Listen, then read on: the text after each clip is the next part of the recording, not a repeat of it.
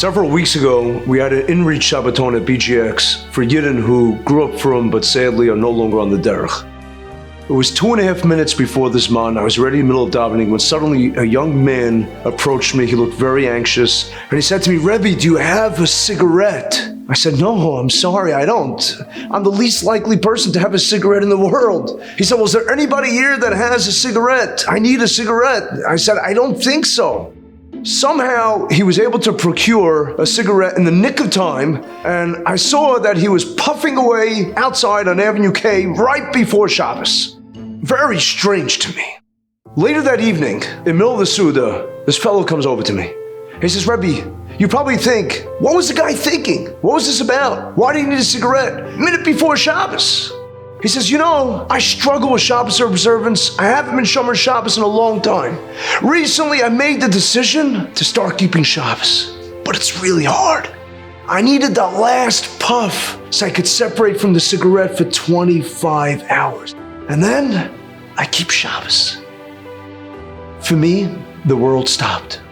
I felt like I was looking at a tzaddik. And if it wasn't Shabbos, I would have gone outside to Avenue K, looked for the ashes from the cigarette, took those ashes, put it in a bottle, and sent it off to Shemayim with a letter, "Dear Rebbeinu Shalom, these ashes are pure and holy. It comes from somebody who is Omei B'Nisayon. It comes from somebody who was able to resist, who was able to withhold, somebody who was able to refrain." You know what? Each and every one of us, it may be that 1 minute, half a minute, 10 seconds of not looking at something inappropriate could be just as hard as holding back from that cigarette for 25 hours. But the first avodah in the Beis HaMikdash every single day, the very first avodah, was menial and degrading. It was disposing of the ashes from the carbon that was burnt the day before. And yet, the Kohanim, they competed. They fought over this avodah. Why? Isn't it belittling? Isn't it disparaging? Says the tzaddik, because those ashes that were burnt, they were holy. They came from somebody who faced sin, who faced temptation, and said, "Ad kan, that's enough. It's a new day, a new dawn, a new beginning, a new reality." Those ashes are pure. And that's why the Kohanim fought over disposing of these holy ashes. When you want to do something, you stop.